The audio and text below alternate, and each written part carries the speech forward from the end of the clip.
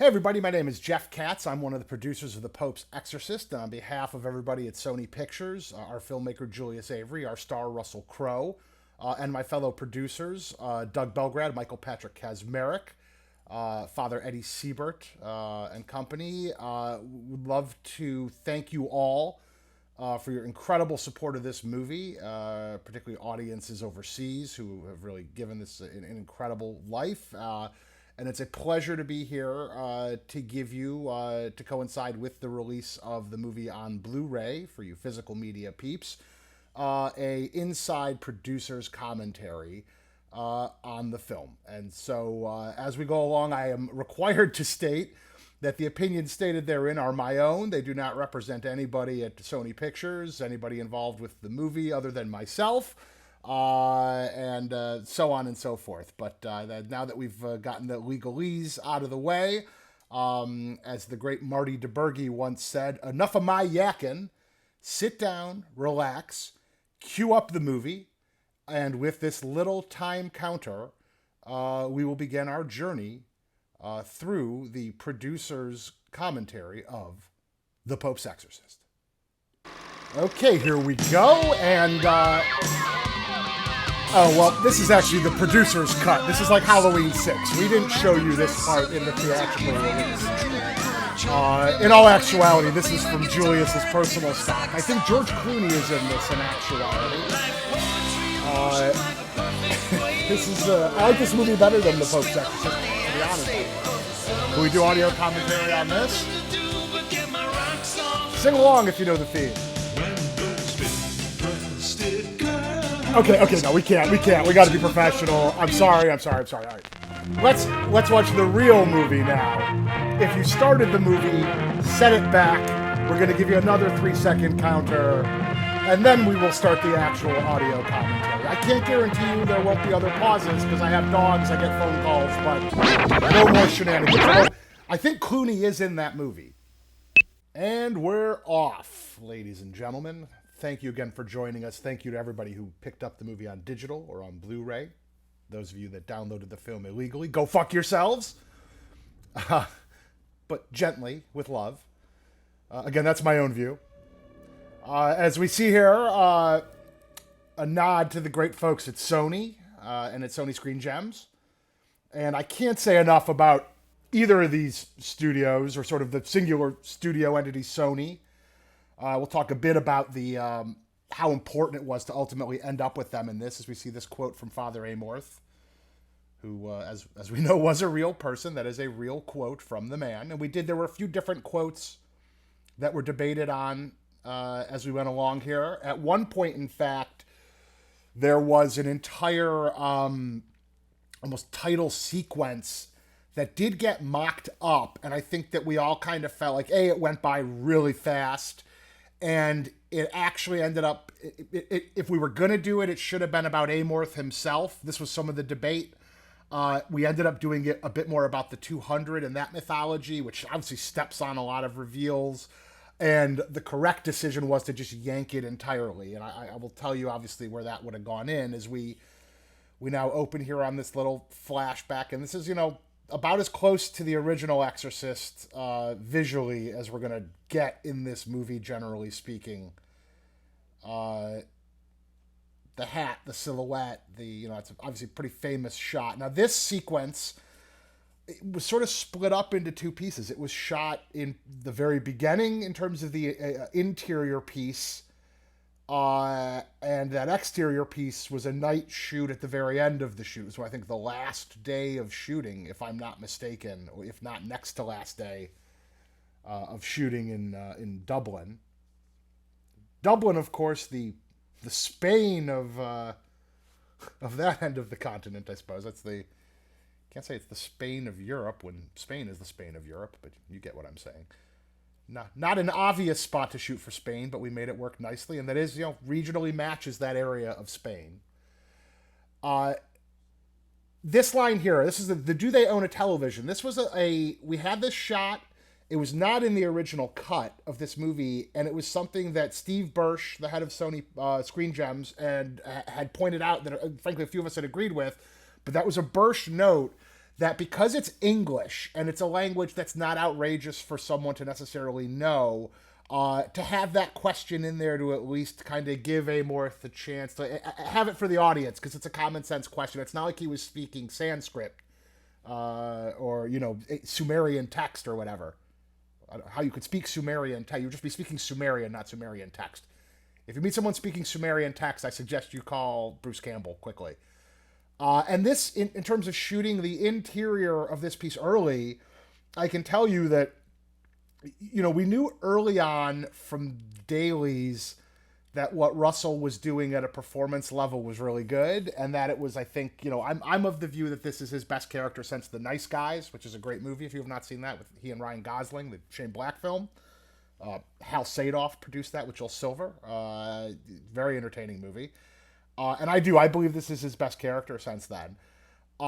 And, we could tell very quickly and very early on the warmth with the girl, the subtle humor, which was very true to the guy. And I think we started to feel very good about what, this could be very early on, because I can remember even having conversations with my parents, they're not in the business. They're retired in Florida. They have nothing to do with the movie business. Still don't understand it after all these years. God bless them. And trying to say to them, no, he's really good in this.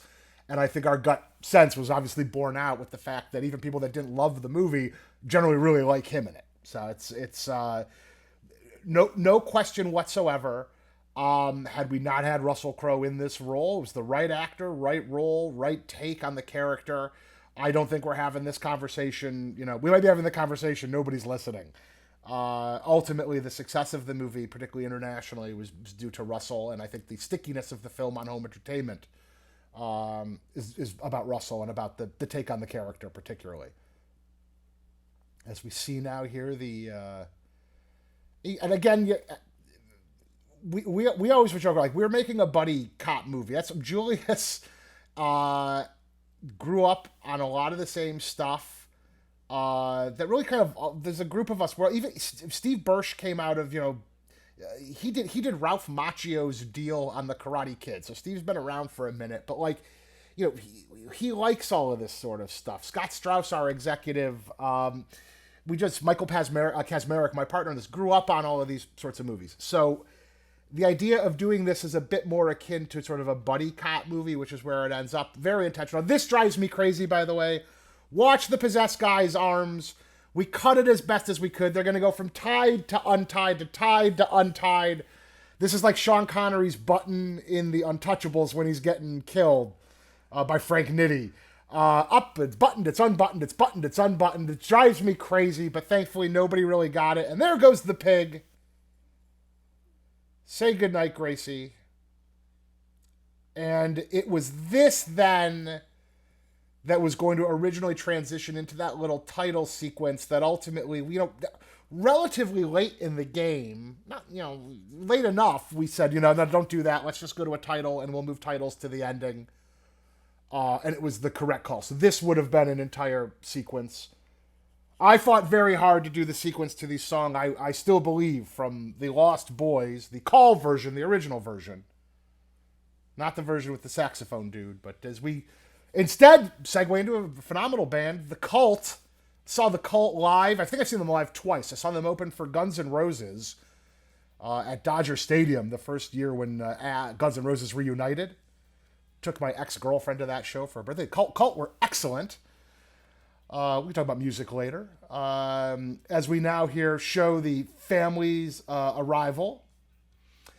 And, I will say, I want to give credit to Khalid, our DP, Alan, our production designer. Like when you in reviews in the trades, when you see reviews that say, the tech credits are good, it's something you only usually get in trade reviews, but it's really a compliment to the work of the crew on the movie, the look of the film, the design of the film, the costuming, etc. And I think in our case, everybody there contributed to make the movie look bigger than it ultimately did. And I think, in our budget, to get that extra production value makes a ton of difference. As we see the arrival of the Vasquez family, there was a version of this that did have the dad in it over the years, and one of the best things we ever did was get rid of the dad. Honestly, one of the best things that happened to us on this movie, I'll be blunt, was we had a terrible executive. He will remain nameless. We'll call him Binky. We'll name him Binky Rabinowitz. And he really held this project back for a long time. And when Binky Rabinowitz got fired and our new team came in with Steve Burch and Scott Strauss, that's when this really was allowed to go and take flight. And so it does show you that in movie making, the people behind the scenes and the vision of those people behind the scenes, and are we all on the same page? Are we trying to make the same thing? It just makes such a difference. And in our case, having Steve and Scott and that team come in, like this movie, I don't think gets made. We would have been lapped by The Exorcist, the $400 million Exorcist reboots, and not gotten this made. And we were lucky enough in that case that Binky got fired, and we were able to get this great new team in and put this thing together. This, the St. Michael thing, in the script, this was a big fight. So Michael Kazmarek, who I love as my producing partner on this, and he did Michael's incredible contribution to this particularly, because Michael's a very devout Catholic. He's the one who courted Father Amorth. He shifted the Overton window on this movie tremendously to ensure that particularly the religiosity and the respect paid to it, which I think was really important. But Michael's ferocity in fighting for that was really admirable. And it was something that I think in a lot of ways forced the true north of the movie. And Russell's sort of commitment to how he wanted to present Amorth as well was entirely true to that. We always felt very strongly about trying to do right by the real guy, even in taking these sort of leaps that would be natural in movie making. You're going to fictionalize, etc. But the idea, he's not a man who's questioning his faith like every exorcist in every one of these other movies. His faith requires no defense. And that is to a large credit to Michael and the work that he put in to ensure that we kept true to that. To the point that at one point in the script, that was a conversation where he'd been referred to as Saint Mick instead of Saint Michael. And it was just like, no, Amorth would never do that. He would call him Saint Michael. He wouldn't shorthand it. And that's sort of a nice piece. As we now meet Danny Zavato, great guy, here to as Father Tomas Esquivel, here to go and meet the Vasquez family. And this is the Amy stuff we debated a lot in terms of, how much smoking, the sort of short shorts, how much you could keep in and get away with, particularly because I think female audiences have changed. But I think ultimately we were like, it's a rebellious thing, particularly the smoking in the family. The one thing with the mother and daughter situation in this, and God bless them, they both did a great job in pulling this off. But like realistically, when did Julia have this girl? Julia's like 30. So she apparently had the baby when she was like 14. That's a separate thing we never touched. At one point I did bring up, like, should we refer to this? And the idea that they stayed together and it was their true love kept them together and built a family despite having it young. And ultimately, probably correctly, the decision was to let's step away from that. But it is entertaining to me as you look at this, where it's like, yes, these two are closer realistically to being peers than they would be mother and daughter. So it is to their credit ultimately that they did a good job in pulling it off. But I will admit that early on I raised an eyebrow with that, and I was kind of like, are we going to refer to this? Was this like a homecoming dance thing gone wrong? What is because it would be in keeping with the Catholic message. So regardless, that, by the way, the mask scare, I wish that worked better. It's a scare that just has never really worked. Now, we don't do a lot of jump scares in this movie, which is something that I like. I'm not a big jump scare guy. But that's just one as a sting, no matter what we did, I don't think has ever really necessarily worked, but it doesn't undo the movie by any stretch, obviously. And now again is the Violent Femmes now, as we've again, the music hit on this is something that I'm very proud of, because we wanted to, She Sells Sanctuary by the Seashore is probably the most played song in terms of licensed stuff that we have in this movie. Obviously, Violent Femmes, you're more likely to get like Blister in the Sun, etc. So I like going a little bit different. Obviously, we will come to the Faith No More drop, which is one of the proudest moments of my career in a bit. But I like that we went with sort of deeper cuts generally for music on this, and not, he just didn't want to do once in a lifetime, or to say you hear the same songs it's in every one of these movies for period. And this was something we played around a lot with in audio. How quickly would Henry hear stuff? What would he hear? Would there be a lure? Would it be a siren call? At one point, it was very clear he was possessed upon seeing this. We cut that back a bit to sort of slow the progression of it. One of my favorite notes on this movie was my dad, after he saw it, was like, the first act's a little fat. It's like, well, thanks. There you go. From the mouths of retired labor attorneys. And now here we go, Amy and Julia. Kind of a natural bedroom confrontation. And again, it's very natural for, I think, Amy to be sullen in the situation. But this right here, now you'll begin to hear the start of Faith No More. Huge Faith No More fan. Angel Dust, great album. But anyway, this was a unique one because we actually saw the first cut of this movie in our first test screening because the schedule was so tight. So literally the studio, the producers, everyone is seeing the movie for the first time in a test. And the test went pretty well. But this was a case where originally in this scene, the cut is that's going to go to Amorth on the bike is actually to Just Like Heaven by The Cure, who I actually saw in concert about 3 weeks ago at the Hollywood Bowl, and they were excellent. But we are sitting in the test screening in Orange County, and she puts the headphones on, and right now it's going to go to, Show Me, Show Me, Show Me by The Cure. And I am like out of my seat going, no, no, no, no, no. That needs to be Faith No More. It's got to be, it's a dirty job, but someone's got to do it. Just, we care a lot. And I went, literally, the minute we got done, it was the first note I gave. I went home. I cut a version of it to We Care a Lot, to the second version of it, the actual Warner Brothers album release version of it, sent it to Julius and Matt Evans, our editor. To their credit, they looked at it and they went, oh yeah, no, this works, and put it in. And it wasn't until late that we switched from the Warner's version to the original version, the indie label version, which was a Faith No More request, which we were happy to grant because that allowed Faith No More to get the bulk of the money instead of Warner Brothers getting it for licensing. So shout out to Faith No More and to the Cult and to the Violent Femmes for letting us use their music. But Faith No More, so happy to hook you up on that. And I love that's my favorite musical drop of anything in my entire career, and I just am thrilled that as the movie has gone on, that is a moment that has kind of continued to resonate with people, and you can only dream of stuff like that as someone who makes these things. Moments and movies that last. That's what it's about. I'm grateful to have had a few of them, and I think that this is in that zone. So we jump now to this scene, the firing squad scene, and this was a scene that actually was a lot of conversation. That we had to really is it too fat? Cut this in and out. What do we do? Are we setting up too much with the Rosaria stuff? And the Rosaria stuff is actually obviously based on an actual case, which the Orlandi case, which if you go on Amorth's actual Wikipedia, you can read about that.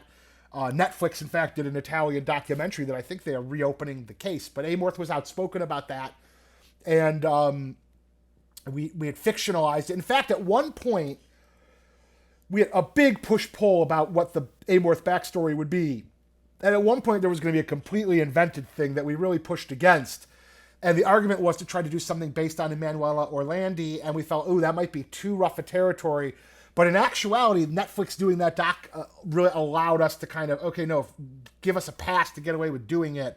Much more true to the real guy, even though obviously, not as personally impacted beyond his reporting on it and, urging to uncover the conspiracy. But I think it made a big difference because what we would have had otherwise was much more cliched. It felt like something out of The Exorcist. It wasn't real to Amorth. So I'm very happy we went in the direction we went. And I'm a believer that this is the scene where the audience really decides they love Amorth and that they love what Russell's doing. It's when Russell gives the other Father Gianni the little FU, when he shows he's a rebel. This is very much a 80s cop movie, Dirty Harry getting called in to meet the chief of police and being told, one more strike, Callahan, and we're going to have your badge. Like this is as old school as it gets. And it's not by accident. in that regard. And you very quickly get the who Amorth is. The idea he's a man of great faith. We are not doing, oh, I'm having a crisis of this, a crisis of that. If anything, what he's going to go through here is a reaffirmation of being correct in his faith. And I think that that's really fresh. In this day and age, I don't think Hollywood deals with this sort of subject matter in ways that are necessarily respectful. Outside of wanting your money for faith-based material for those releases, I think that in commercial mainstream movie making, to do this is very fresh. To show this sort of respect to people of faith is fresh, and I think it's one of the reasons why it resonated. Particularly, Mexico, Latin American countries, heavy Catholic countries, particularly. And now here we go. This, at one point, he just was going to mention her. We felt for tracking, having that quick flash of her was going to be effective. I think that was probably the right decision. And now here we go. That's the money line. I'm going to shut up and lay out for this.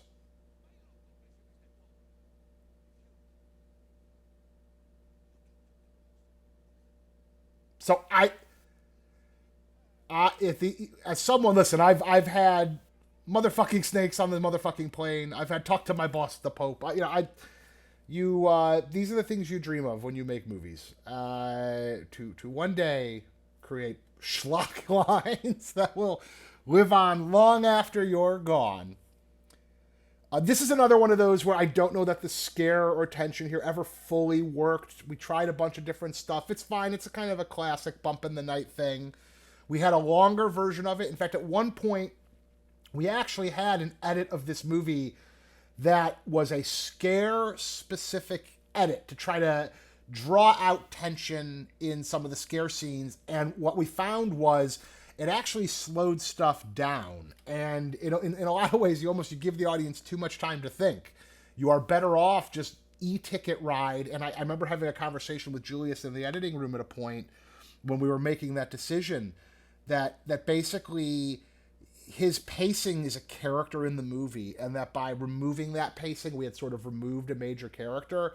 And I think it was very true to his instinct, and I think that he had even said, we were in Vegas after testing the movie once, having a drink after, where he had felt like the pacing had always been a strength of the stuff that he had done, and that the slowing stuff down was counterproductive. And it was the correct call ultimately. I shudder to think what my dad would have thought of it with that pacing. But ultimately, the right decision. And at the end of the day, I'm a firm believer you're selling a fight here. The exorcism family stuff is all stuff you've seen before at various levels. So this was always going to be about Amorth versus the demon, and how much is Amorth the guy you want to see kick Satan's ass, basically. And we went through this in casting. We had a lot of these conversations. There were a couple actors that were proposed. There were two other Oscar winners that were proposed for this movie. One slightly more appropriate than the other, but neither of them nearly as appropriate for this as Russell ultimately was and was. That I just, in neither case, you could make half an argument for one of them. In the other case, no argument whatsoever. You just would never, ever, ever, if I was coming from, I worked in wrestling as a teenager for WCW. If I had to sell that fight, it would have been very hard to sell. Selling Russell Crowe against the devil, I can sell that. And so I think that was a lot of our push and pull in the early casting process on this. And it was just to our great benefit that Russell saw what he saw in the script and in the character, and agreed to come on board and do with it what he did, and create what I think is, as we go on here, particularly as home video continues to broaden the audience of this movie, you create, I think, one of the more memorable characters of his career. I think it's, seems like it's going to be referenced for some time to come, which is, again, all you can ask for.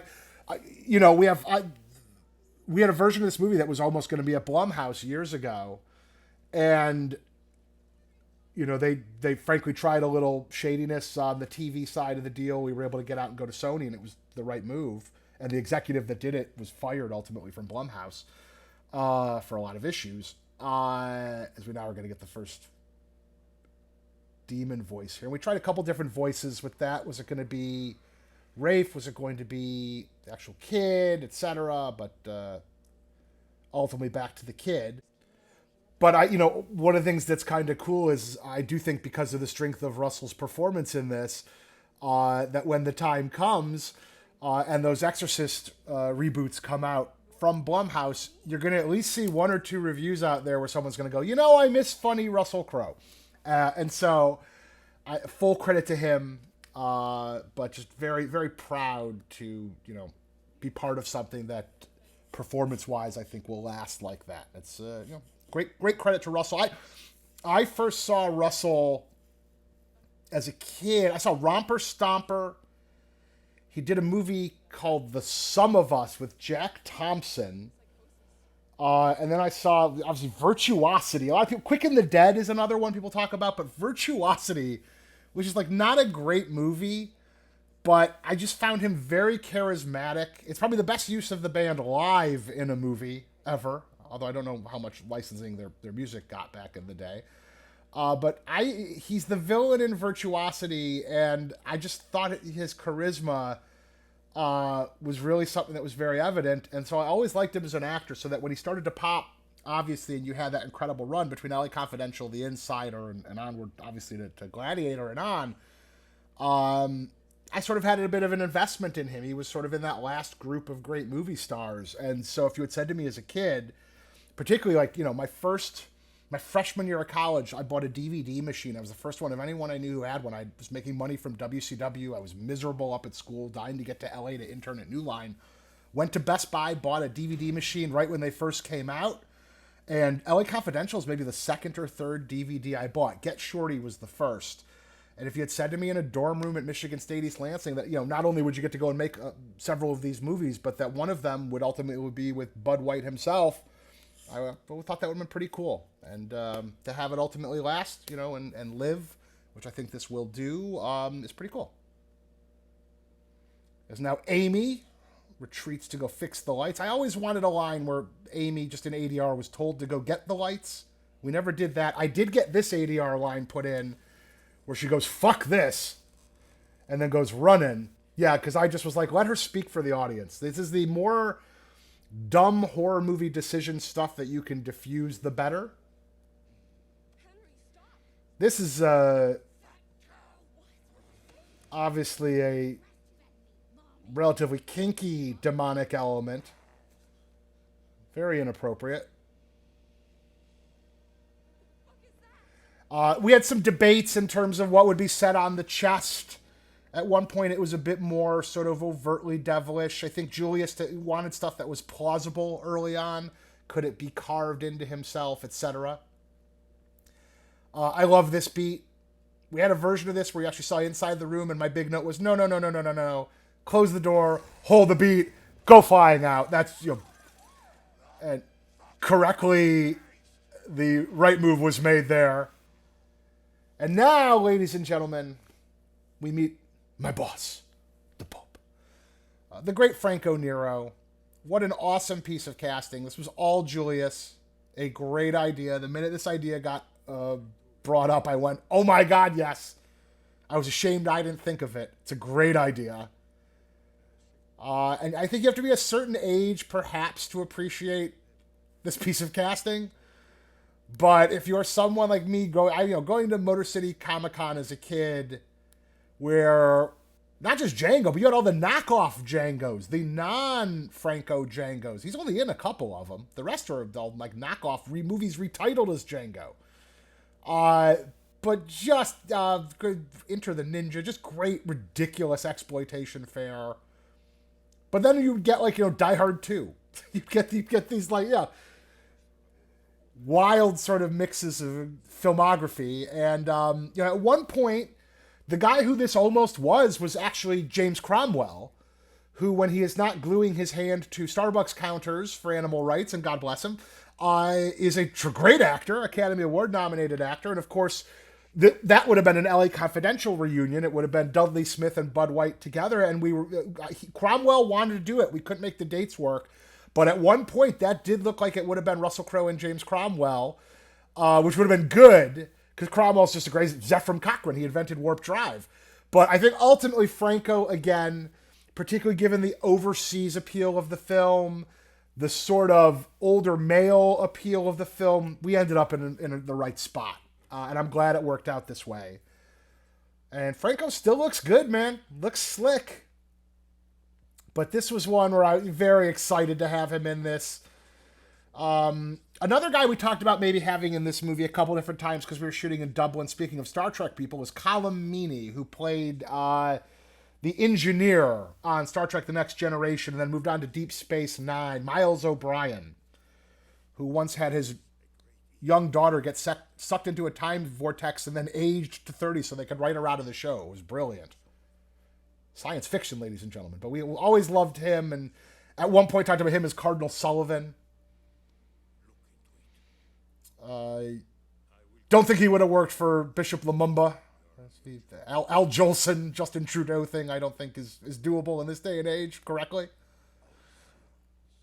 The Bishop Lumumba, I should note, I have not confirmed this. I'm almost 100% sure was named after Patrice Lumumba, who, if you're a political junkie, you'll know before Kennedy got assassinated, was someone that was Kennedy tried to do work with and was, I think, one of the things that Kennedy saw as the inner mechanisms of government and the military-industrial and the military-industrial complex, easy for me to say, working against him. So I believe Lumumba here was a little nod to that, which I support. And now here we go, the long day's journey into night with no night. And yes, we can assume there was a ferry ride. You could assume the scooter was on a ferry, taken off the ferry, and then he got on the scooter. But I'm fine if you want to believe that, Charlton Heston appeared and split the sea and allowed him to Lambretta over to Spain. Love the glasses, might I add. Love the glasses. Love the whole design of the character. Love the frock. We made a big deal very early on, even going back to the original treatment, not to make him look like a normal priest. We wanted to look like something different. And I love this scene. This is maybe my favorite scene in the movie. It's high up there. Great chemistry between these two. Great humor. And I think this is, if not the earlier scene, this is maybe the scene where the audience is like, oh, we like this guy, we're in. And I'll add, Daniel's hair, and I'm the only one involved in the production that got this.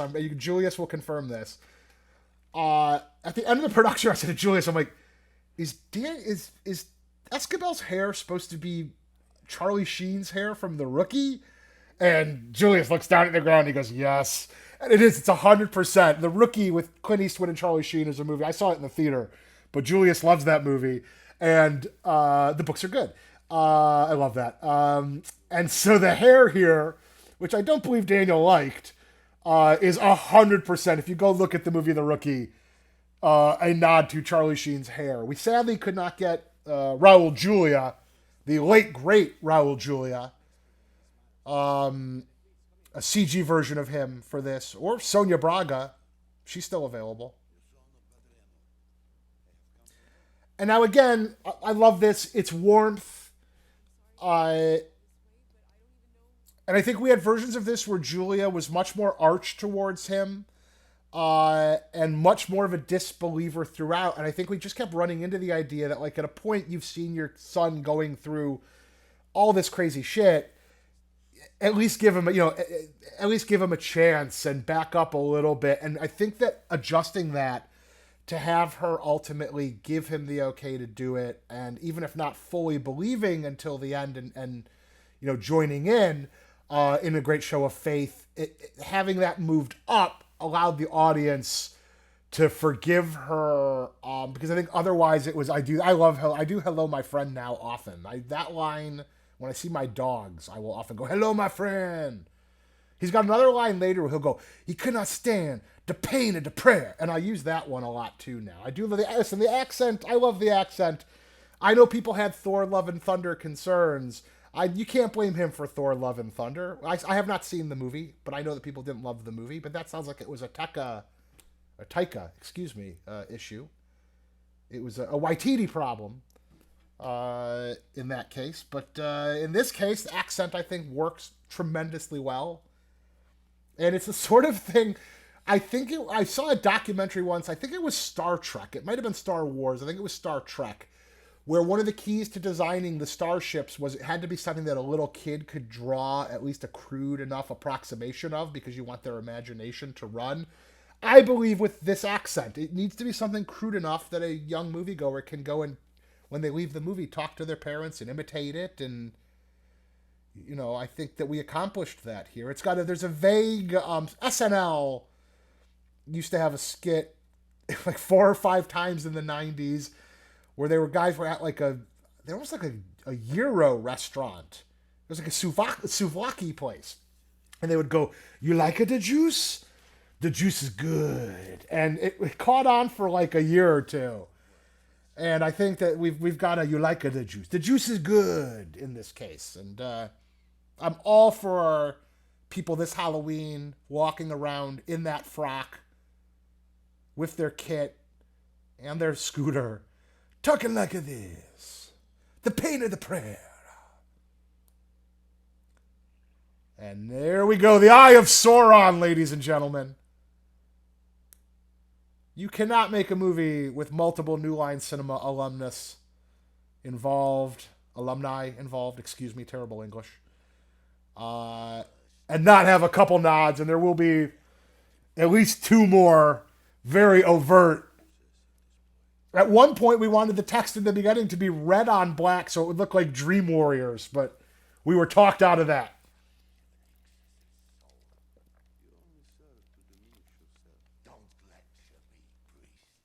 And now, obviously, we get the first true confrontation between Amorth and our demon, the great Ray Fiennes, who obviously I, like many, first got to know on The Office, the far superior British Office. One of the scourge of dating apps in modern day America is the number of women who apparently think The Office is the only sitcom to ever exist. Ladies, watch Cheers. Cheers is way better than The American Office. At least watch the British Office, damn it.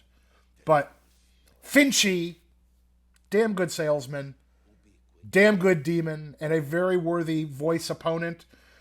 We had a fun list as we got down here. I will say this suggestion of Rafe was actually from my old assistant, Albert Acosta, who was given a special thanks on the movie, who is now the head of North American research for Endeavor. He's a top executive in marketing for Endeavor, but he had recommended this as a voice idea. But we were also looking at guys who originally the list was guys like Peter Capaldi, who was the Doctor Who, Ted Levine from Silence of the Lambs, Avery Brooks, Captain Sisko from Deep Space Nine. I'm missing 1 or 2 others that we talked about, but all cool. Michael Wincott, that was another one. Okay, the France line, the best part about that was the night we tested the movie the first time, and again, it's the first time we see the cut, was the night of France clinching their ticket to the World Cup final. So you could not have asked for a better piece of timing for an audience for that joke. So when that happened in the first test, the room exploded. And every other test since, we went, wow, that didn't play as well as the first time. And it was because, we got so lucky with the timing. And now we see something that was really important to me. And I think multiple people involved, but I personally was really adamant about going way back to the original treatment, which was the war service and honoring the war service and making it part of this. And there were versions of this where you even only just briefly saw a medal, and that was the only nod, because there was a lot of debate about what year would this be, etc. And I felt his war service, which is real. It's true to the guy. He was, killing Nazis in World War II is something like to not have that element and what that does to a man of God who has lived through hell itself. It's to not have that would have been a big loss. And it's one of the things that I think helps make the character a little different. And I'm really, really, really happy that ultimately we kept the full runner, because at one point there was even going to be a version of Amorth's confession at the end where it was just going to be about Rosaria, and we had real back and forths about it, and to everybody's credit, they came to see the value of the war piece. And I just think that it would have suffered for not having it, because I just think it gives him another level of shading that, again, was fundamentally true to the real guy. And, plenty of liberties are taken in the name of entertainment in this movie, but let's try to be true to the guy's spirit as much as we can here. And so I talked earlier about the fact we had a version of this where Julia was a bit more confrontational with Amorth and a bit more of an opponent to Amorth, or skeptical of him, before allowing things to move forward. And that was most seen in the longer version of this scene. What you're seeing now in the final film is really the back half of this scene. And in fact, there's even a later scene that was cut entirely with Julia and him that I'll point out where that comes in. And what we realized with this scene was, by getting Julia into the chair as fast as possible, which is where you now get the relationship with the dad, which I think is really strong, and the idea of like their love, being the loss of him being devastating to the family, and him being her soulmate, etc. It's a nice moment for her. It's a nice performance moment, but it's just, at this point, the audience is rooting for Amorth. They like Amorth. So if you're fighting with Amorth while he's trying to help your kid, it's turning against you as a character. And what we found ultimately was that, yes, getting her into this position, infinitely more sympathetic, and it helped the movie. It helped, frankly, the character in testing, because I think we found early on in testing that in that first cut, when she was much more confrontational with Amorth, that people were like, he's trying to, people really liked him. He's trying to help your kid. It made her harder to relate to from a parental audience. And I think for female audiences, and we found as we adjusted that, the female audiences, particularly older female audiences, just kept going up as we went along, to where by the end, our older female quad was like a shockingly strong contingent for us, which was not something we expected. And I like this line about the guardian angel. You should pray to that guardian angel. And that's another one. Michael Kazmarek, to his full credit, again, shifting the Overton window of this movie, and making sure that the level of respect. I mean, I can't tell you, obviously we have that Virgin Mary scare at the end, and the months of debate we had about it. And the irony is, and I was on with Michael, that I thought it was going to be a big controversy. We put it out and it was no controversy whatsoever. And ultimately, I think ended up being a good thing in terms of the scare. But we even, Julius debated, should we keep it? Should we have it? And so I can promise you, as you watch this, I got really frustrated because there was another religious horror movie that came out at the time. And I get it. If you have less of a budget, you can take shots at the guys who have bigger budgets, even though we hardly had a big budget in Hollywood terms. But they'd be like, oh, they're trying to insult the religious, and da-da-da. And I'd be like, you guys are idiots. Like, this is the most pro-religion, pro-God mainstream studio picture in like 20 years, since like Bruce Almighty. Not counting, again, faith-based division movies, for a mainstream studio release. To get that through in modern Hollywood is like making Easy Rider. So if you think that's easy, you're a fucking idiot. And I'm talking to you, the producers of that movie, or the one producer, because only one of the producers was bad-mouthing us. And I'm like, you're a moron. Like, it's incredibly go try to do it, I guess I would say. And if you think getting a pro-God, pro-Catholic Church movie where the priest is a good guy through in modern Hollywood is easy without having that character perverted or changed, please go attempt to do it. And that will be the end of my public service announcement, because like, I normally don't take that stuff this seriously. That was the one where I was like, oh, please. Like, this, please. Like, I'm sorry. Like, go show me another movie that a studio's doing where we're going to talk about the importance of Latin and the Latin Mass in conquering demons. Like, respectfully, you're welcome. So I just, at a point in time, I think that we felt like, okay, we're striking a nice balance here, but I have no problem acknowledging that was the The one piece of criticism I thought was incredibly stupid. And I love this, like, because he cannot stand the pain of the prayer. I love that. I love that. So, you like the juice?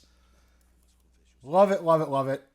I love this scene as well. I love all the stuff with Escobar and Amorth, all the buddy cop stuff. These two got along great. They're both generally salt of the earth guys. I first met Russell Crowe. I was in Australia working on Wolverine for Fox, and one of the crew guys the crew guy was Australian. He had never had a burrito, and as it happened, there was a California burrito place.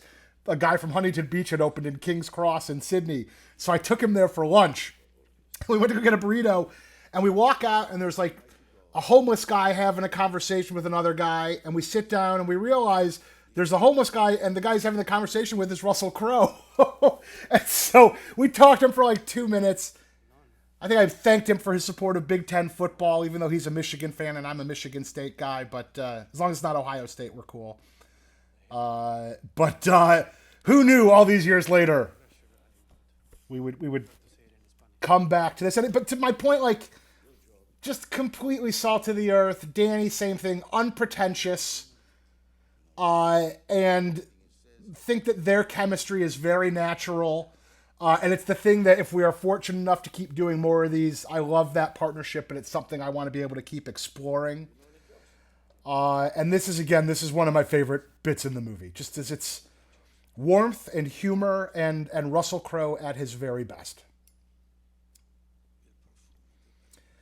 And even this, the scent of heaven, that was a late line. We had it in a version of the draft. It had been cut. And so since we kept the action in, we were like, oh, let's put that line in again, because it was another authentic line to Amorth. We wanted to get as much of that in there as we possibly could.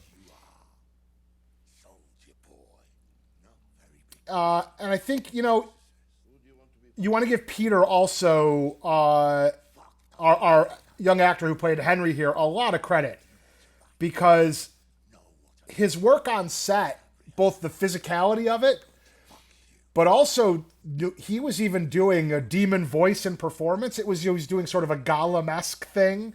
At one point, they looked at, like, is there a way to treat that and keep it? And ultimately, I think we found that we were better off bringing in the outside voice, but there were definitely looks at doing that out of respect to the performance given. And I was happy to see that even with the voice replacement for the demon, that Peter ultimately I saw some very good notices for the film. And I will say that even my father, who was tough on the first act of this movie for being fat, did compliment this performance as well. So when you've won over Stuart Katz, you've done something right as an actor.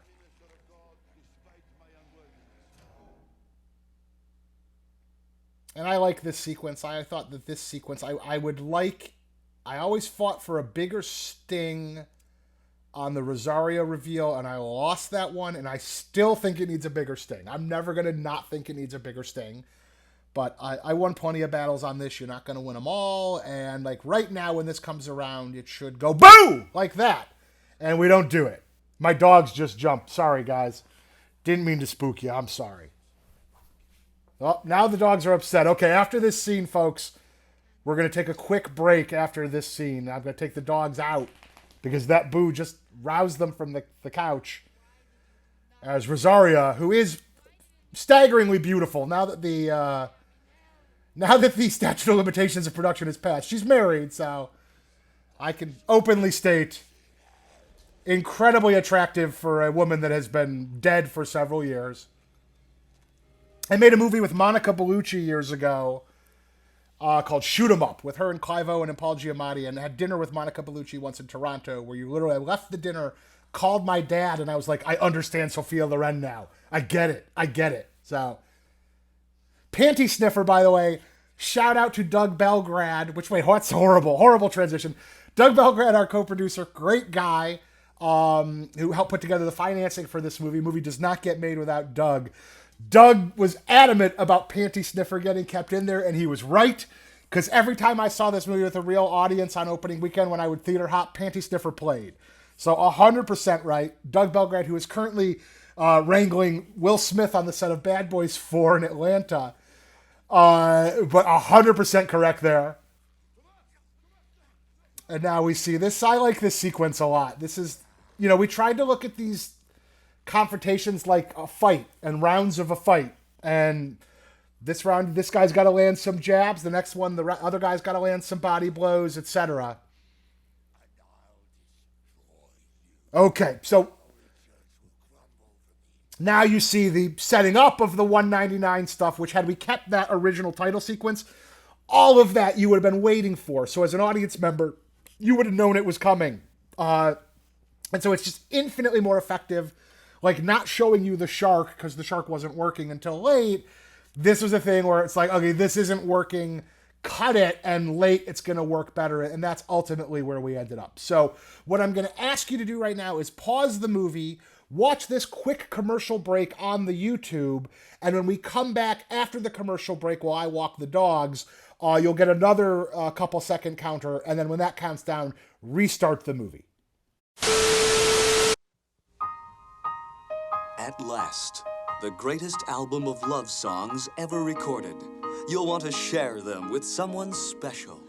Why do birds suddenly appear? Sung by the man who turned a personal affliction into a recording career. Don No Soul Simmons. Just like me, they long to be close to you. Why do stars fall down from the sky every time you walk by? Just like me, they long to be close to you. Say, has anybody seen my sweet gypsy rose? Here's her picture when she was my sweet man. Young lovers of any age will cherish this timeless collection of the world's most romantic ballads. And if you act now, you'll get free this bonus album, Don Simmons Down and Funky.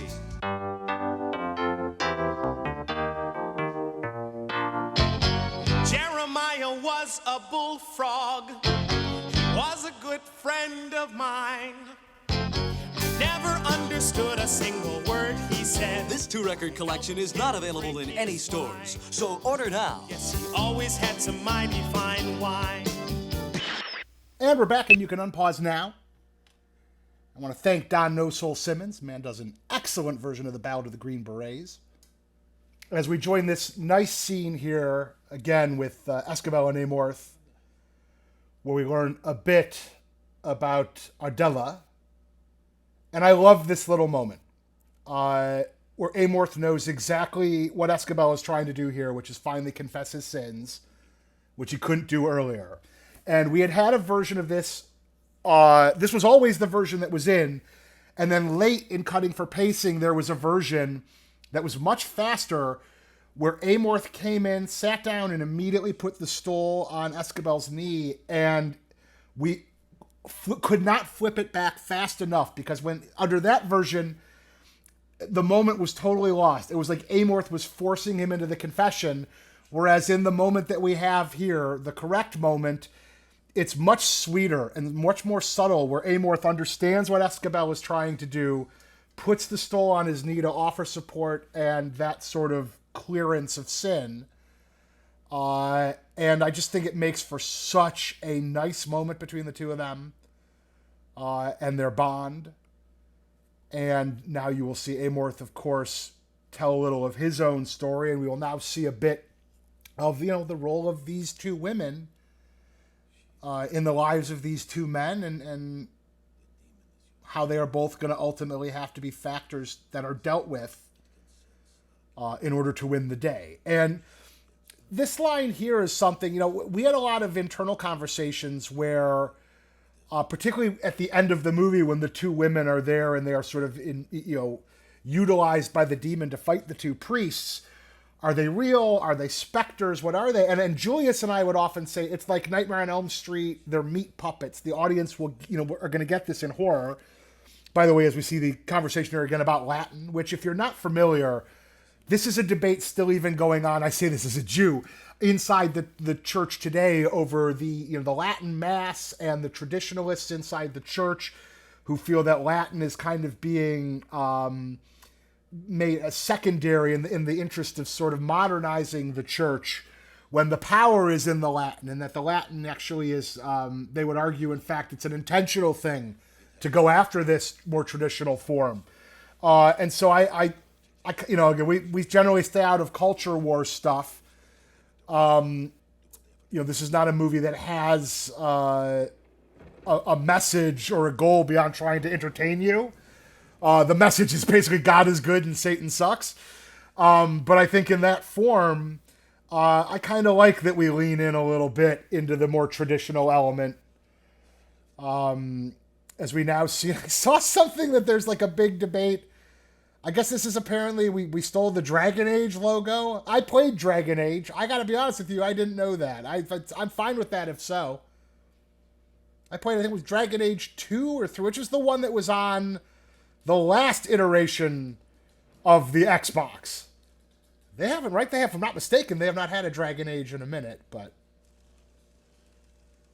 I did see that on a couple gaming sites, and I was like, oh, okay.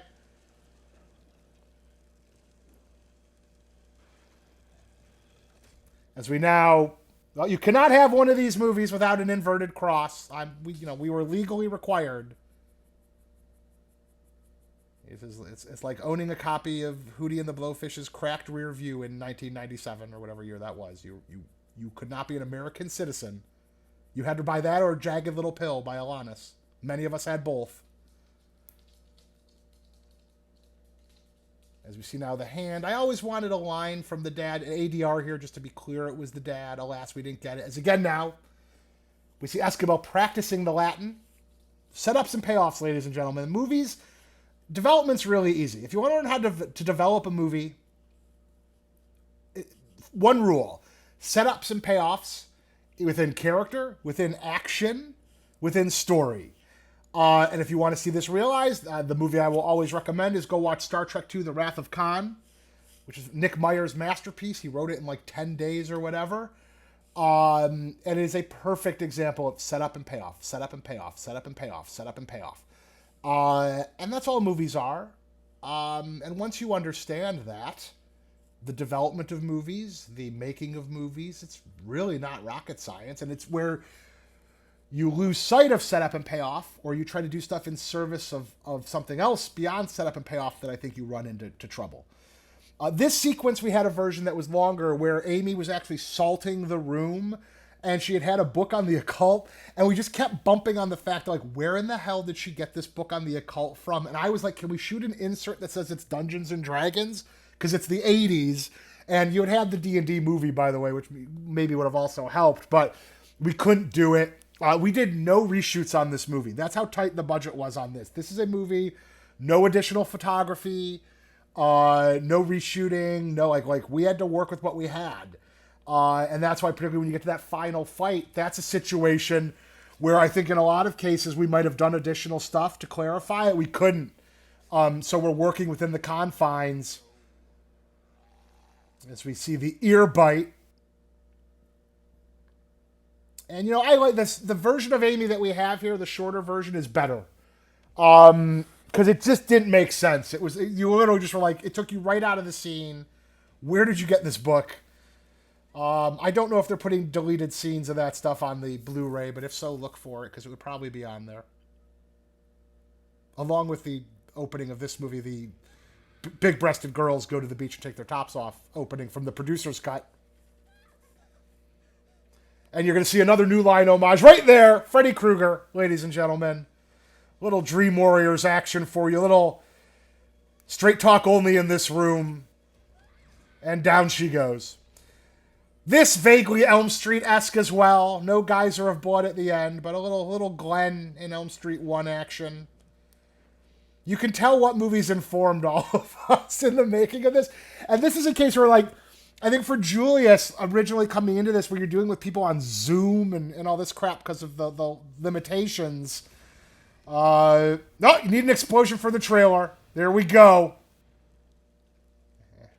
Mission accomplished. But I think that particularly once Julius and I were able to get into a room together in post, and there's a shorthand there between like, okay, it's like this movie, it's like that movie. When you're speaking the language of someone who's grown up on a lot of the same stuff, when I can talk about above the law in a shorthand, that's pretty good. And this is, again, I think, a great sequence by Julius. Also really well set up by Khalid, our great DP, where the action, the tension, the pacing, the camera movement, like, this is, I think, a standout sequence in the movie, action-wise. Now, why does the prayer work here to clear the... I don't fucking know. It's a movie. Move on. That's because he says, in the name of Christ, let her go. It's the power of the Latin. He could not take the power of the prayer.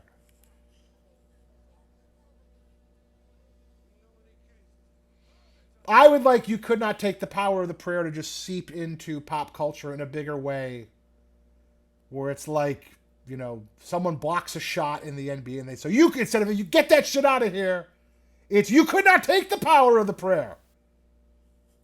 Put that on Sports Center. I worked at ESPN. I might have to call in. Call Van Pelt. Call in a favor. This is the ADR here is hilarious. It's one of her nails in ADR because we don't have a close-up insert of the nail, so we have to give you ADR for it. Welcome to showbiz, ladies and gentlemen. But this is, you know, again, the fact that we had a tight budget is one of the reasons why this movie ultimately was successful, given its performance. So you're very fortunate in that regard now as we go back to Franco. By the way, that book, when it was delivered earlier, was Julius in the shroud delivering the book. Julius is also a picture of him in the bedroom where Henry is, where he looks like a barbarian with his family. There's a little like background shot there. I love this scene as well. Any humor and warmth between these two guys, and I think it's really the recipe as we go forward and hopefully do more of these, is that buddy dynamic. There was a version of this script where the demon tried to put the cross off something else. And we said, no, let's not do that. And it was moved to his eye, and that was the correct decision.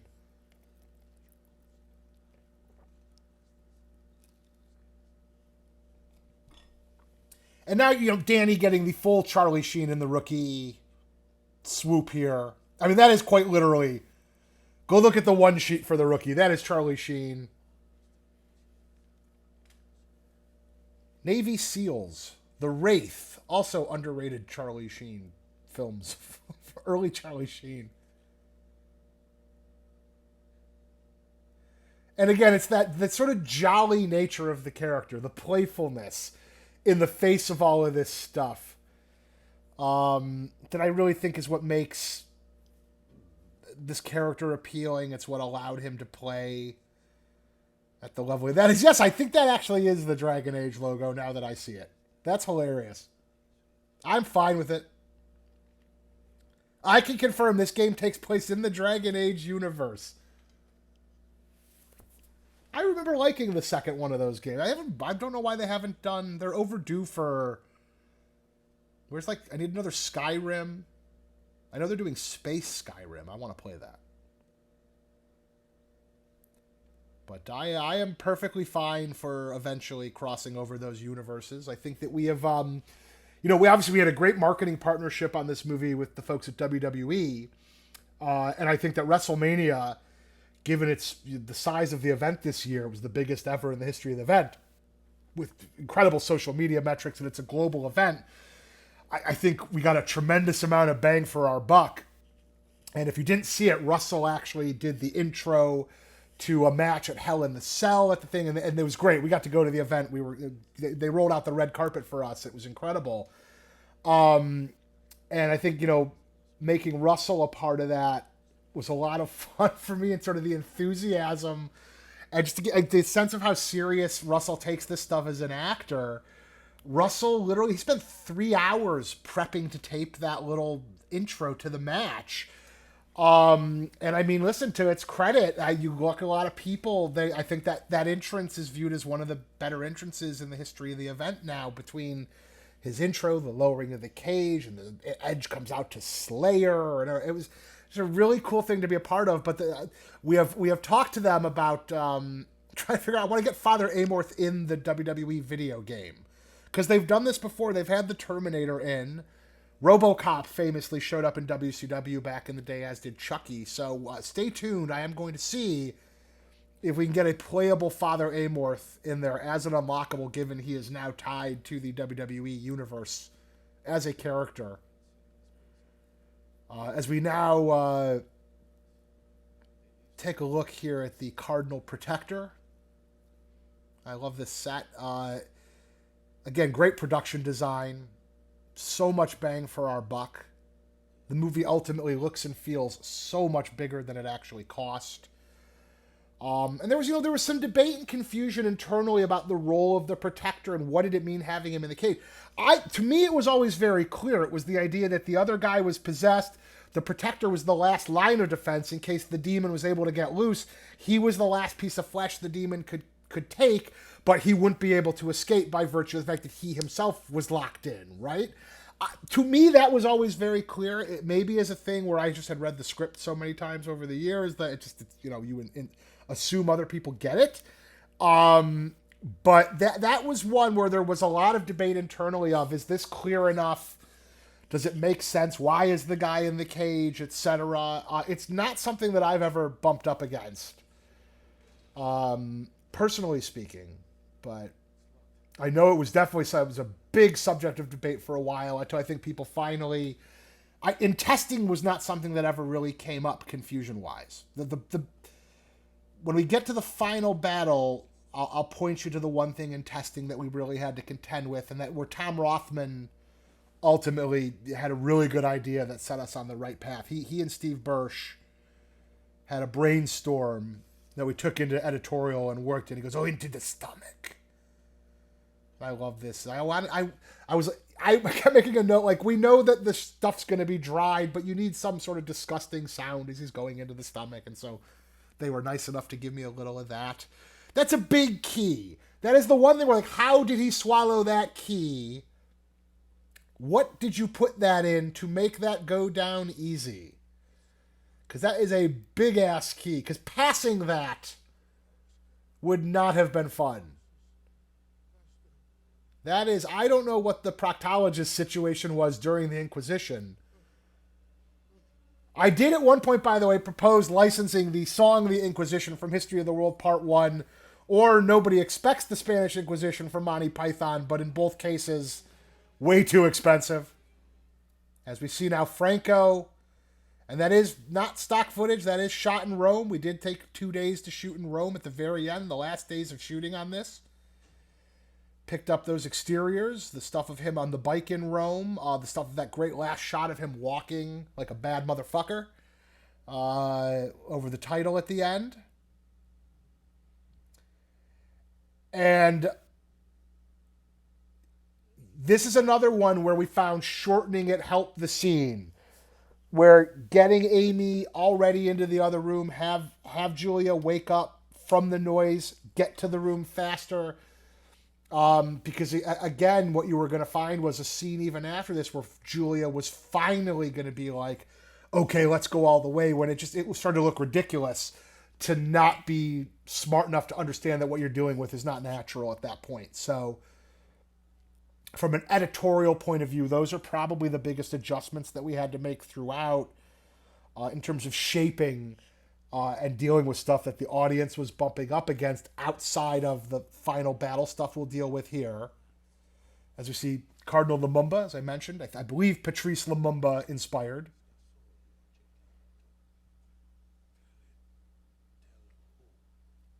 We had a version of this where we had gotten to a point where there was a script where they didn't have a black character in the movie. And folks that know me, like, I'm hardly like a classic, like, Hollywood, like, we need the, social cause of the week guy. But I was like, this is a horror movie, guys, as he vomits blood all over Sullivan, which is a slight nod, I suppose, to The Exorcist. But in this case, it's blood, not pea soup. And so we very quickly, correctly modified that character to go to become Cardinal Lumumba. And they just was like, guys, this is a horror movie. Black and Hispanic audiences, the bread and butter of these movies coming up at New Line. It is business malpractice. It's just stupid to not Because I'm one of those people that, like, be smart, right? Representation is smart. You don't have to go crazy and have it overwhelm the reason for a movie existing, but know who your audience is and serve them. And I think that actually having Lumumba in the end proved to be a key ally is important. And as we go forward, I think you'll take on more and more of an M, or remember M had or Tanner in the Bond movies, who was sort of working with M. You had the guy who, after Bernard Lee, I'm blanking on his name, who then graduated to M. That was very much the debate. Doug had worked on a couple of the Daniel Craig Bond movies when they were at Sony. I'm a huge Bond nerd. The entire sell of this movie originally was it's supernatural James Bond. That was the Pope is M, Amorth is Bond. That is how I sold this movie originally in the room to Sony. And so I think as you go along, that is sort of the idea that you have Moneypenny and Q and Tanner, and you can build all those characters out. And I'm very open. I'd like to bring in Paul Giamatti eventually to this world, because I worked with Paul and I know he loves these movies. And I want him to do Judi Dench in GoldenEye, basically. And so Lynn Shay, my old friend from Snakes on a Plane, who's in the Insidious movie, I'd love to bring her into this. I have a bunch of ideas, both sort of across age spectrum, and I think, again, from a representational point of view, and also just, again, like the beauty of this is you have 199 spots. So you can make horror movies that the audience doesn't even know they're 199 movies until it's realized in the movie. In a natural, organic way, and it doesn't take you out of the movie if you have no fucking idea what the 199 thing means. It's a really unique opportunity, and so I think as this goes on, it's an opportunity to have all sorts of different styles of characters and faces join Amorth in the fight, and never even have to cross over. You don't have to build to an Avengers thing, which is going to be cliched as hell by that point. But you can build out a tapestry in a really unique way, and it's a great credit to the work of Russell and to Julius and to to the audience. Thankful to them to even have that on the table as a conversation. So we don't get there without you, and I can promise you, as a producer, if we do make more of these, it's pleasing the audience is what it's all about. Nothing more than that. And now, again, the fuller explanation of the 200, which, had we had that original title as discussed, would have stepped on all of this. You would have been waiting for all of this. It would have explained it. It's one of the reasons why when we had the debate, I said if we're going to do the title, it should be History of Amorth, and why ultimately the right decision was just to yank it all together. I will say now, as you're going to see the hypodermic needle here, the sedative, originally, in the original cut of this, the setup of the sedative, which is really not a ton to begin with, had been fully cut. And so as a result, when the sedative finally showed up, even those of us seeing it in the cut for the first time were like, well, where the hell did that come from? So if you go back now, at least there is a line where the doctor gives her the sedative. It is explained. And so it is a payoff to a setup. It's not a great setup for the payoff, but it's there. As now we see the reveal of Asmodeus, the name.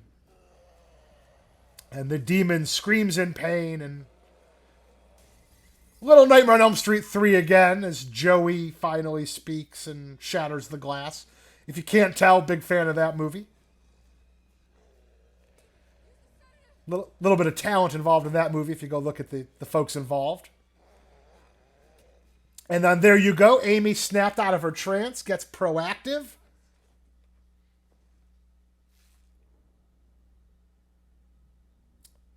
And now the light from overhead, the thunder, the weather signifying we have moved into the final battle of this movie. And now, originally, as I noted, there was a scene in between this where Julia finally was like, okay, yes, let's go do it. I'm all in. And it was so ridiculous at that point to have her take this long and have her had just gone through what she had gone through to get to that point that we cut it. We kept the two guys down in the basement. which also eliminated an awkward bit of logic of like, why are they now going back into the basement, and just kept this about, Amorth and Escobar, which was the right way to do it. And making this now about Amorth's confession. And I think this is a really well done sequence, really well acted by Russell. And I think that, as mentioned earlier, one of the real debates here was, should this confession only be about Rosaria? Is the war stuff stepping on the confession? And there was a lot of push-pull on it. And it was really some of the more passionate debate we had on the movie. And I'm just very, very, very grateful that the war stuff ultimately stayed in, because I do think it made a big, big, big difference. I think for men particularly, I don't think, it's true to the guy. So we're inventing all of this stuff. It would be crazy to cut the one of these things that's true about him that also makes him cool. Or it adds another really interesting element. But also, I think that for men of all ages, like, this is still the one war we can kind of look back at and go, God, if called, there's a feeling of obligation. We consider look at Vietnam and Iraq and all, I'm highly critical of the war machine at this point. But the war effort in World War II is the one that is sort of, maybe wrongly, allowably romanceable for men, and sort of viewed as the noble war. And so I think that, again, that's, no war is noble. I don't want to get into deep territory, but I think the idea, again, of war is hell, and having someone who had survived hell on earth now going off, having, through an act of God, which was again true. He thought he had been that the saving from the bullets was an act of God and a source of great faith for him. To send a soldier of God into the spiritual war on hell is just incredible from a characterization point of view. And I'm just incredibly grateful that we kept it. And I think the transition works fine. And we had some concern, obviously, here. Did the audience think that Amorth was the one who was fucking her in real life or whatever? But, like, the audience never bumped up on this. It clearly wasn't an issue for them. She's clearly not talking about him personally doing it. And obviously, as we explain, it was a mental illness, but she was, in fact, abused by members of the church. And this is very much inspired very directly by the Emanuela Orlandi case, which I don't know. I don't have Netflix. So I'm like the only person in the industry. I've not had Netflix for years. I don't miss it. I don't know if American audiences can access the Orlandi documentary or not. If it is, probably worth taking a look at. But that was something that Amorth himself had written about and was outspoken about. And so I'm very glad that we ultimately at least connected this to something that he was legitimately passionate about.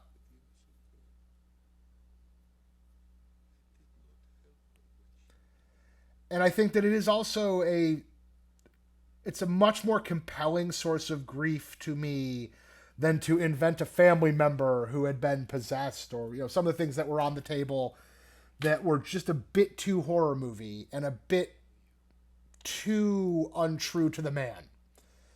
And I think finding that balance between fictionalizing stuff and being true to his spirit was really the challenge of the movie in a lot of ways. And it's, to Russell's great credit. And, to Julius as well, because I think Julius had instincts early on to maybe go against a more pushed version. And he ultimately, through working with Russell on this, came to understand, no. What we've got here is the right sort of mix. It's the old idea of turning the character up to 11. And, oh, crap, my phone is ringing. Pause the movie. Okay, I'm going to answer the phone. And when we come back, watch this quick commercial break. I'll insert a commercial, and we'll be right back after this. Extraterrestrials, strange phenomena, missing persons, lost continents, myths, and monsters. We examine these mysteries to determine, are they bullshit or not?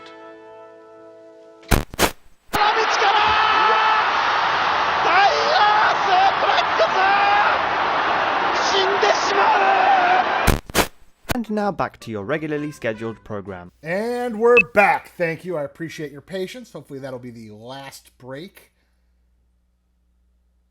as we gear up here for the main event, the final battle. As the heroes begin to armor up here. The armor of God, as they say, as you see the miraculous medal. That's another one of those where Michael Kazmarek had brought up, as well, in terms of working with Michael Petroni, one of our screenwriters, who had done a bunch of stuff in this sort of space. Frankly, as had Evan Spiliotopoulos, one of our other screenwriters. And I think that, getting the religiosity right, the proper sort of tools, etc., was something that they all really enjoyed working on together through the development of this.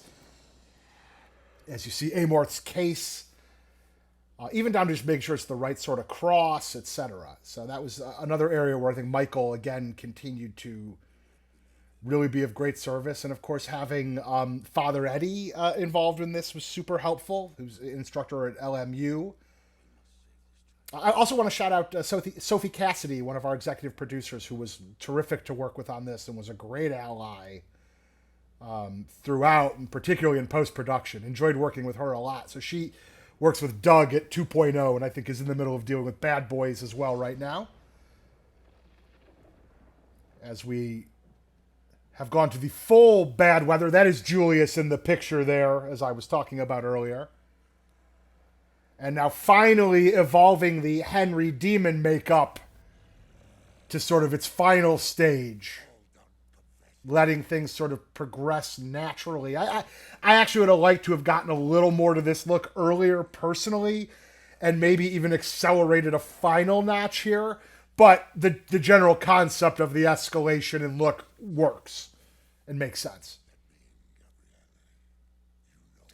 And now, obviously, we get to the real crux of this, which is that it was never about the kid. It was always about Amorth and the idea of luring him there so that the demon could infiltrate the church, with the idea of overtaking the church from inside, which is another thing that Amorth in interviews, would talk about. And he would talk about his relationship with Padre Pio, who my friend Shia LaBeouf is actually playing in a movie coming up. And obviously the bird here is designed to sort of be a symbol of God.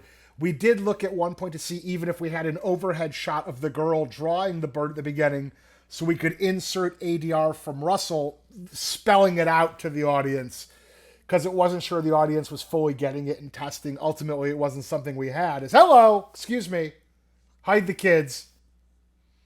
That's Carrie Monroe. Carrie's awesome. Great lady. Great attitude. You would not believe how hard it was to cast someone in Ireland willing to do that scene and say that dialogue and eventually get covered in blood. And so major credit to Carrie, who's a very nice lady. And now obviously you see the full power of faith within the family, within Escabel, obviously within Amorth. And you see the strength here. And this set here with the two of them having to go and do this prayer together in conjunction with the noise, with the effects and gimmickry within the room, production-wise. This was hard, and this was a meal and real work for them to do. And impressive even in dailies watching them try to tackle this together, because it is a mouthful of dialogue. But again, a case where I think from a production point of view, and by the way, that jaw extension, the distended jaw, that is something that actually Amorth would talk about in the books as a thing that he would see. And we actually have a version of it here is when Amy is about to get possessed here in this sequence, where Amy had done it, and we ended up actually cutting it. In fact, you can even see in some of the materials, the commercials and trailers, particularly internationally, that shot is in there, despite not making it into the movie. Because oddly enough, that was a note we would get from test audiences saying they didn't buy the jaw distension, despite the fact that's one of the things that Amorth actually said he saw in real life in doing these exorcisms. So that's a bit of irony there. So we needed the one jaw distension in the final confrontation, as you'll see, so we sacrificed the Amy one here. And we do something coming up here that I quite like as well, which is the idea that the demon never, one of the criticisms of these movies is like, why is it the ropes hold the demons in these movies? So obviously in this case, as you'll see, it never about the ropes. He didn't need the ropes. It was about luring Amorth into a trap to give himself up, and he will shuck the ropes, pretty easily. As again, now we see it's another Nightmare on Elm Street 3 little nod. It was come and get him, bitch, in Nightmare on Elm Street 3. Here it's God is not here into the carving. And this now was where you would have had the jaw distension, which coming off of that shot eliminated. That's the back end of that shot going into the spider. So there is a version there with the full jaw distension and I think relatively finished effects because it was a late cut. I always wish we had her a little faster on that second shot on the ceiling, but otherwise the stuff action-wise works pretty well. Thank you, Julia, for putting yourself perfectly in position for this stunt to make sense physically. We appreciate it. No! I don't like the juice. And now here we go, obviously, getting to the crux of the matter here, which is going to be Father Amorth giving himself up to the demon, to Asmodeus. Ouch. I like the delayed water spritz there at the end. And now full supernatural Megillah. And, I want to also credit guys like the Critical Drinker, the folks at the AJ and the team at the Y-Files. We did a lot of outside the box marketing partnerships on this. We had 5 horror movies released in a 2-week span. Of the 5, we had the 4th highest marketing spend and ended up doing second best of the bunch. And the one that was number 1 was Evil Dead, which was on part 5. So, by the way, those guys went to my high school. So also a really crazy thing to think. I think between Evil Dead, this movie, and Renfield, we had 3 people from the same high school in a 2-week span with horror movies, which is sort of crazy. But because of the budgetary, factors from a marketing point of view, that WWE partnership, Critical Drinker, the Y-Files, all that outside the box stuff ended up being huge for us. But I got a kick on the Drinker telling me, he's like, well, the third act of that movie needs to calm the fuck down. I was like, well, you caught us on that. But, I think that having to play Moneyball and hit them where they ain't and ultimately out-earn movies that outspent us from a marketing point of view significantly it was a great victory for us, and it wouldn't have happened without them now as we see the full taking of Amorth.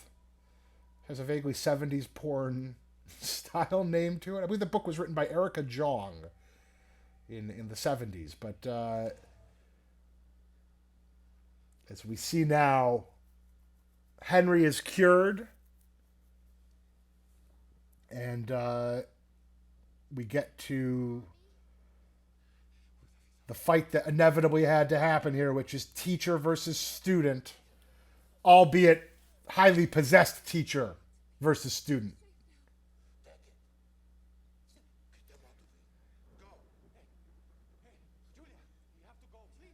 And so now we're going to get Julia and the Vasquez family out to safety.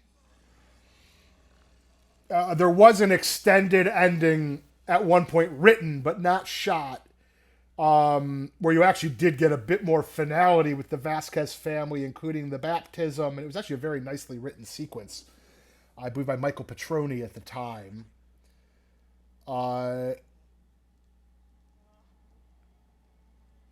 As we see the bleeding cross, the bleeding Jesus, in which Sullivan realizes he's been a schmuck all along. You've been played, Sullivan, you disbelieving fool. And there's one shot here where Russell's stunt guy throws himself into a wall that I just get a big kick out of because I think it's ridiculous, but I like it. As we get black goo, gratuitous black goo. That shot right there. I'm just going to hit those boxes for no fucking reason. I love that. Joe Bob Briggs would call that box foo. We have one case of box foo. Or priest foo in this case. No aardvarking in this movie for Joe Bob, unfortunately. Not for lack of trying. And now here we go. We get to, again, let Russell use his physicality. And, you know, you're getting this.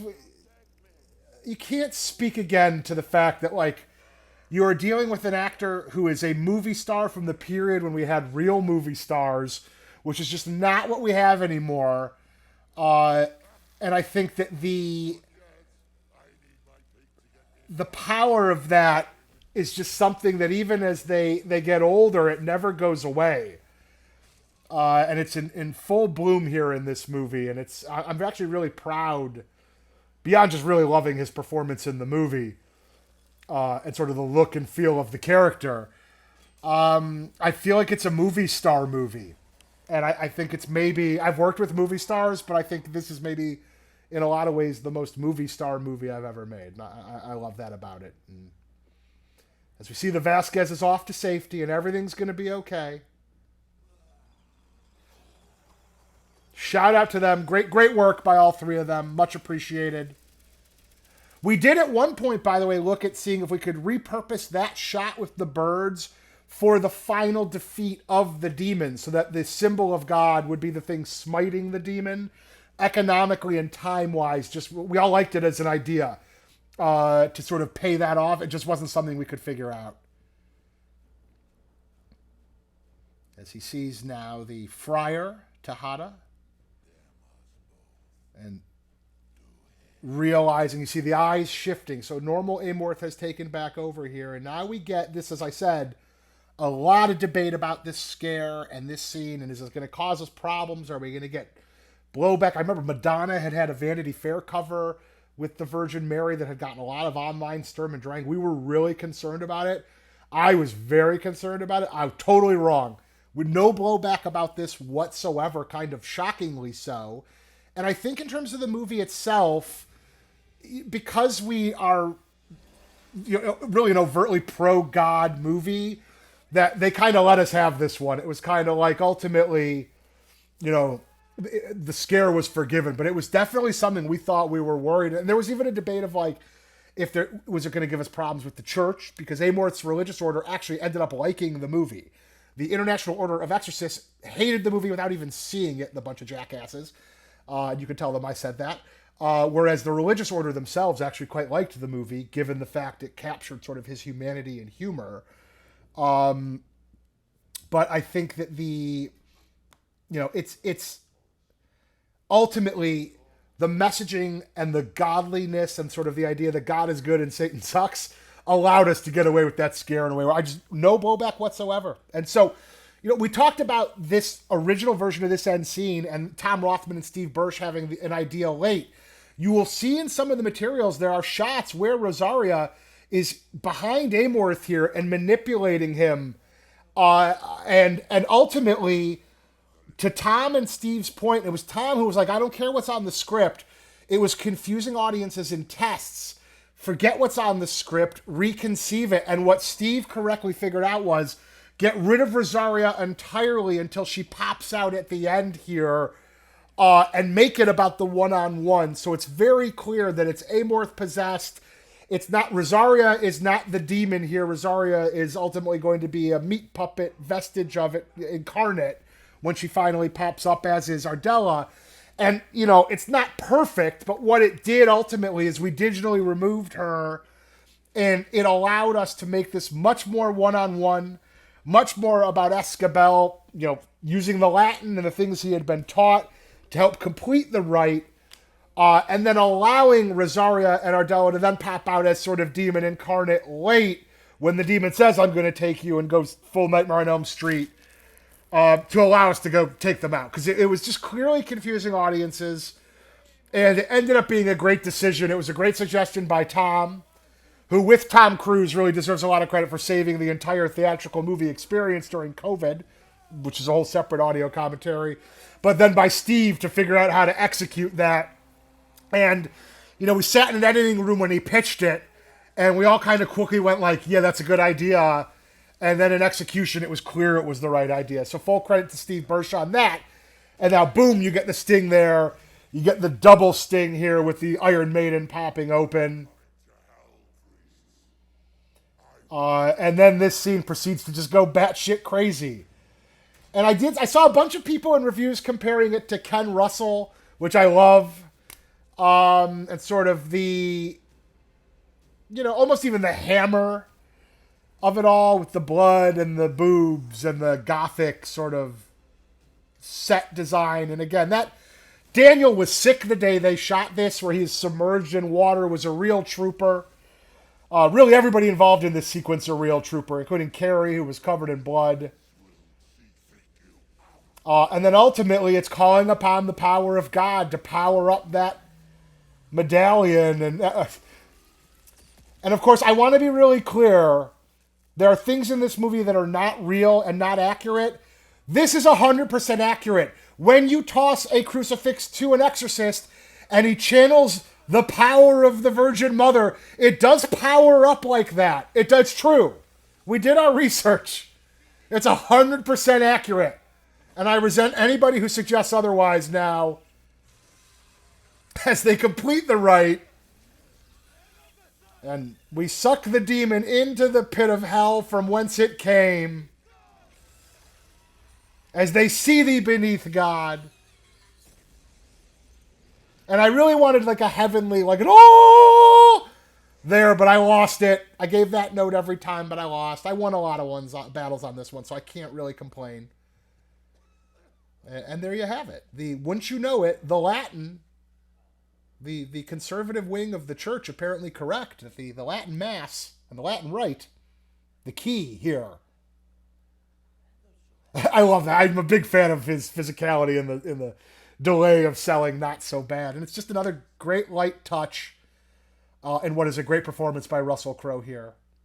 And Danny more than holding his own, channeling Charlie Sheen in The Rookie. And, the Latin is similar to the Spanish. They're all Romance languages at the end of the day. If he was asking you to read kanji, the third of the Japanese alphabets, and the most complicated, this would be a little different, is the little libation for two very parched exorcists. They've earned it. Enjoy yourself. And again, that's not true to the real Amorth. It's a little character quirk, but it's a great little character quirk. And, we talked about Columbo. We talked about, sort of the great sort of rumpled detectives of pop culture. And this was a little way to do Kolchak the Night Stalker. Way to do a little of that. Now, as we return to Rome, again, not licensed footage. This is all actually shot in the streets of Rome. Love this shot. Great looking. Love those glasses so much. And now we move here as the denouement, as they say. Franco now fit and healthy, fully healed. The hand of the devil has been removed. That's a good looking man. May we all be that slick and good looking at that age.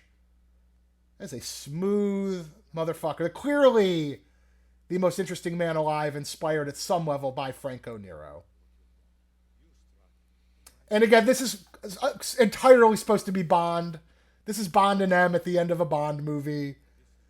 Minus the double entendre. No keeping the British end up, sir. Entirely what this is supposed to be. And obviously you're promoting Escabel now to join the team. As we begin our world building. We did have an extended version of the scene after this in the library. And by the way, really quickly, I love this bit about Guam. So the idea for this was we wanted to do a nod to the great scene in Batman Begins when Morgan Freeman comes in and fires Rutger Hauer, who I knew, the late, great Rutger Hauer, with the "Didn't you get the memo?" So that was our little nod to that, to go as we send him off on sabbatical to Guam. And now Cardinal Lumumba, as we mentioned, promoted basically to become like Tanner, or sort of the second in command. A key handler now for Amorth going forward. And we had originally a transition shot, and I don't know if it's on the Blu-ray. I hope it is. If not, we got to find it and leak it. Leading into this scene where they actually go to the elevator, and Lumumba pulls out a crucifix, and it's a secret hidden room where he clicks the crucifix, and it opens the secret elevator, leading him into this. And we ultimately felt it was perhaps a bit too ridiculous. And in hindsight, I kind of wish we had kept it. We have it, it's shot. Julius wanted to add a little boop boop when he did it. So hopefully that's on the Blu-ray. And there was a lot of debate. Should we keep the $1.99 thing here at the end? Should we not? I was adamant about having it. This was always going back to the original treatment. We had a version of this scene where he gets his charge and he's supposed to go off and form the International Association. Certainly won't be called that after the way they treated us on this movie. But this entire premise was the idea from the beginning, and ultimately, clearly, it's something that worked for people. And I got a kick out of the fact that people were like, oh my God, they're doing the Pope's Exorcist initiative. It was awesome. And just, I had such a great time watching the response opening weekend to this scene in particular, when people figured out what we were doing. And the idea now that you have 199 potential sequels you could do, or spin-offs, or however you look to extend the universe here. This great final shot in that last 2 days at Rome. And it was this little tag here, a late ad about the books being good, to give it a little sense of humor. It was a Steve Birch idea, and a great one here. And thank you all so much for watching. I appreciate it. Hold it right there. Where do you think you're going? My son and a lot of other people have worked hard on this movie. You sit right there and watch these credits. Sorry, ma'am. Okay, let's watch the credits. Okay, so obviously I can't broadcast the actual credits on here because we'll get all sorts of copyright issues on YouTube, but we'll watch other movies' credits while I talk about our credits. I told you Clooney was in that movie. Damn it. That movie, of course, is Return of the Killer Tomatoes. Highly recommended.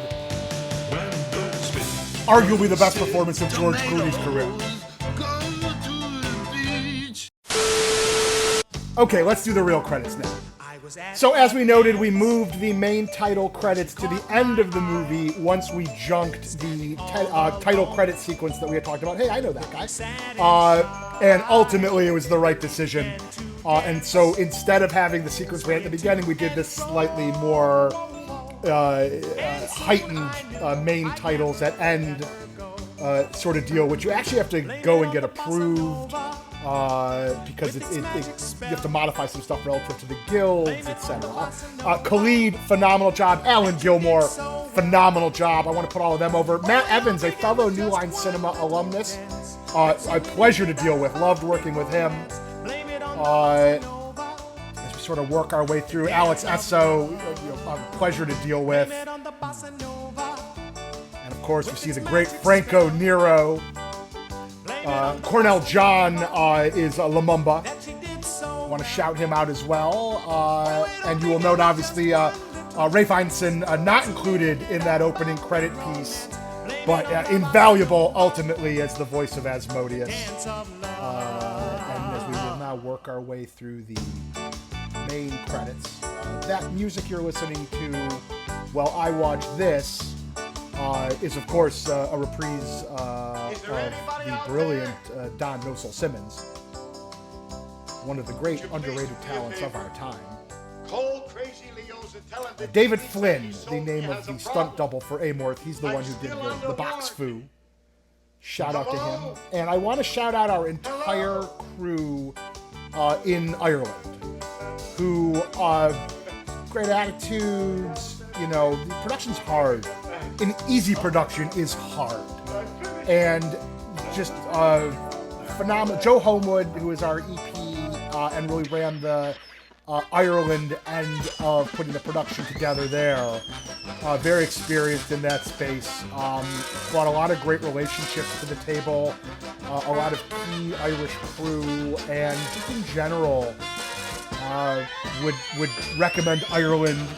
Also, frankly, dealing with the government of Ireland in terms of the incentives and stuff, relative to your production needs. I would like to give Ireland a lot of credit, because when it was first brought up, this was a movie that at one point was going to actually shoot in Spain, and I mentioned we had the whole reason it was set in Spain originally was our horrible executive, Binky, before he had gotten fired, apparently had like a vacation home in Spain and wrote the movie in Spain because he wanted to shoot it there at vacation while he was shooting. That was literally why this happened. And so thankfully, that was, kept, but shot elsewhere, so once he was gone. I want to shout out Woody Zwickelkatz, my great assistant, phenomenal assistant. Really easy to work with, likes to play, fetch.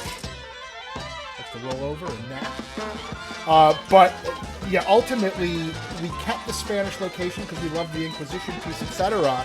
But it was 100% originally conceived because our executive at the time wanted to go on vacation. And so it went from shooting in Spain to shooting in Eastern Europe to potentially trying to where the hell else? Budapest, I think, and one other Eastern European spot, and then eventually Ireland. And I'm just so happy we ended up there. And again, I really want to put over the people at Sony. And, as someone who cares about the theatrical experience and is not interested in making stuff for streaming, generally speaking, Sony is the best studio in the business to be with. They are incredible partners, and from Tom Rothman to Steve Bursch, Scott Strauss, the entire team there, it's just been a pleasure working with them, and I feel very grateful to have ultimately ended up with Sony as our studio home, because I just think that as you went through the last few years, as we mentioned, if you love going to the movie theater, Tom Cruise and Tom Rothman, they're the two guys you ought to be thanking for the fact that those theaters still exist today. And so I am personally, if I'm going to try to make movies anymore, I'm only going to look to try to make stuff for the theatrical market. Like, I get streaming for television, but movies, I'm a big believer in being on the big screen. And if you want to make movies for the big screen, the place you want to be in town is at Sony Pictures. And I'm just exceptionally grateful to have ultimately ended up there with the executive team that we ended up with. As we see again, look at that. The Saints as well, great Australian band. So in all four cases, I want to shout out those bands. I'd be remiss if I didn't shoot them a thank you as well. And so there you have it, folks. I want to thank all of you as viewers for your support of this movie and your enthusiasm for this movie, and for spreading the word about Father Amorth and this title. And so on behalf of everybody involved in the film, from Sony, from my producing partners, from Russell, from Julius, thank you, the fans. Because without you, it would never have the life that it's had, and looks like it will continue to have. And we're just incredibly grateful to that. And so, on behalf of everybody, this is Jeff Katz, one of the producers of The Pope's Exorcist, saying thank you, thank you, thank you. See thee beneath God. And let's do this again for Pope's Exorcist 2.